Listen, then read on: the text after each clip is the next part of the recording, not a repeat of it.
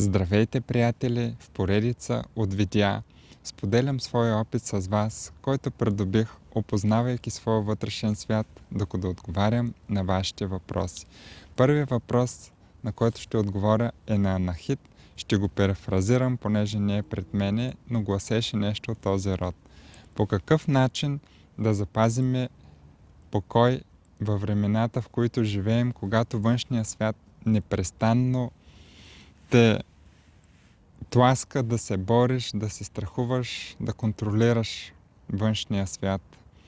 Въпросът е много актуален, защото от година на година сякаш спокойствието се превръща в лукс и изисква все повече от нас да бъдем спокойни.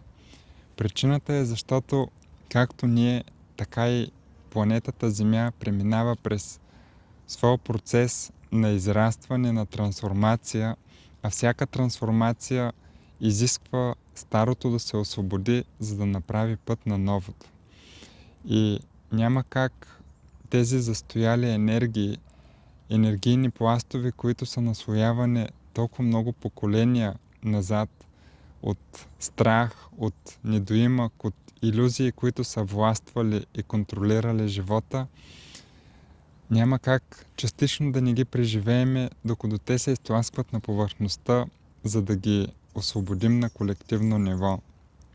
И докато Земята преминава през тези процеси, те тласкат и всеки един човек индивидуално по своя уникален път да премине през своите лични процеси, в които се намира, за да се освободи от своите вътрешни пластове на болка, гняв, страх и илюзии, които са напластени не само от нашите отминали животи, а и от рода, в който сме се родили, в обществото, дори в държавата, в която се намираме.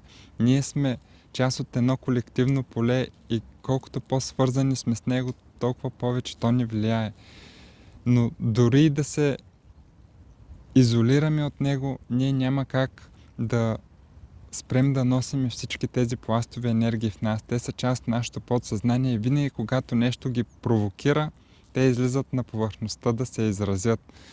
И всъщност това, което се случва в заобикалящия ни свят, е провокаторите стават все повече и повече, което пък от своя страна ни дава възможност ние да отработиме тези застояли пластови, които блокират нашата енергия, която пречи душата ни да се изразява по-пълноценно в този свят. И всъщност всичко това, през което преминаваме, изглежда като голямо изпитание, но то е благословия, защото егото е така приучено, че то винаги се стреми към нещата, които му харесват и избягва нещата, които не му харесват. И ние доброволно не желаем да преминем през собствените си страхове, илюзии и рани, които носим в себе си. Така че това, което се случва на глобално ниво, е за добро, защото ни дава възможност, образно казано, да излезем от зоната си на комфорт, да навлезем в тия пластове от нас, които често егото ни желае доброволно да навлезе и условията, в които се намираме, те ни тласкат да го направиме. Като ни става доброволно, по някой път става доброзорно, но и в двата случая е за добро. По какъв начин можем да постигнем покой в тия времена? Покоя се нарушава винаги, когато заобикалящия свят докосне някакъв вътрешен страх. Този страх има корен от някаква илюзия, която сме преживяли. И когато сме я преживяли, дали в наш отминал живот, или е нещо свързано с рода, в който сме се родили, но те винаги са взаимно свързани, защото трябва да има вибрационно сходство с нашия отминал опит. Когато страха се надигне, той е породен от някаква илюзия, която сме преживели, опознавайки някаква липса. Нещо, което не сме разбирали и по тази причина сме се борили с него. А в борбата си ние сме се наранили много. Защото борбата ражда страдание.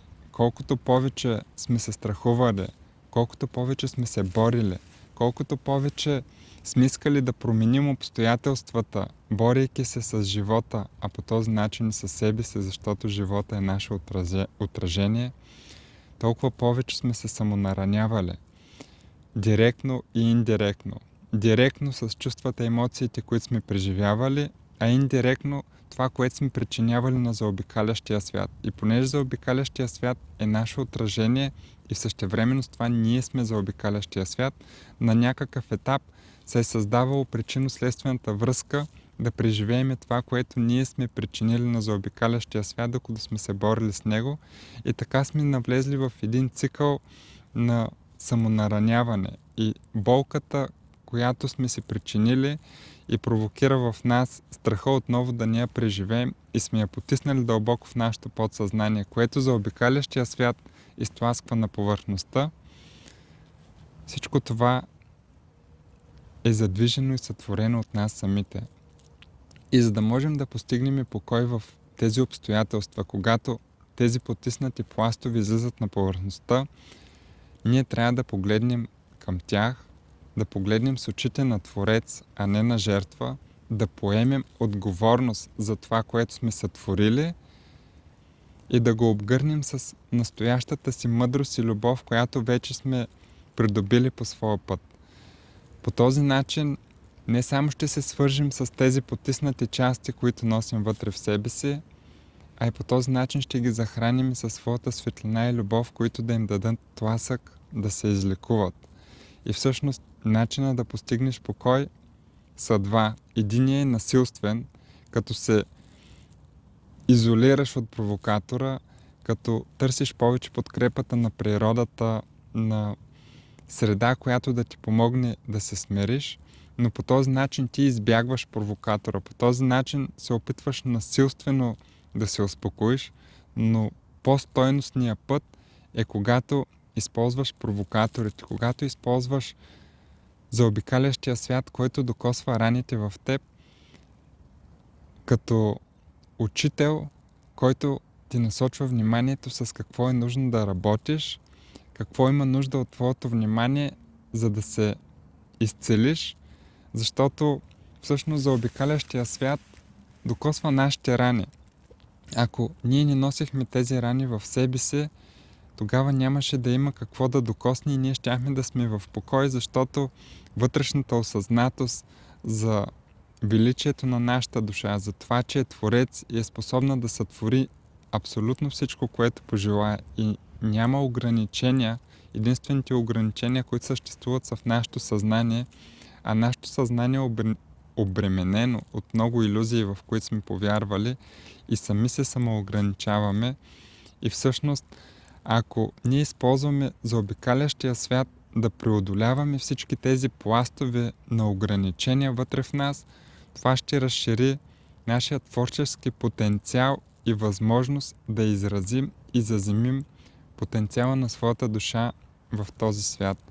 Така че най-доброто, което може да направи човек във времената, в които се намираме, е да започне да работи по-осъзнато със себе си, да навлиза все по-надълбоко и по-надълбоко в себе си и когато нещо във външния свят обостря някаква рана, някакъв страх вътре в него, да го изследва, да стигне до корена и да го обгърне с настоящата си мъдрост и любов, с които разполага, защото щом ви се случва всичко това, значи вие вече сте готови. Дали вече носите познанието и енергията, от които се нуждаете, за да се излекувате, или те са на една ръка разстояние от вас и просто е нужно да се протегнете да ги вземете, щом сте изпаднали в даден казус, то е защото душата ви е преценила, че сте готови да преминете през него. Защото живота няма за цел да ви измъчва и наказва. Всичко, през което преминавате, има дълбок замисъл и се случва в точното време и място, когато вие самите сте готови за него.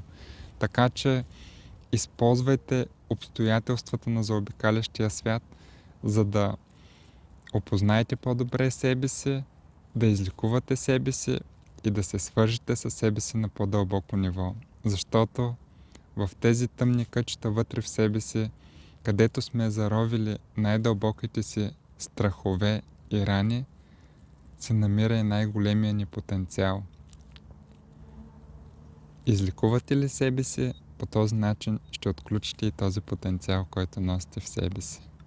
Това е от мен, светли души. Пожелавам ви успешен път в изследването на своите вътрешни светове и не забравяйте, че най-хубавото тепърва предстои. До нови срещи!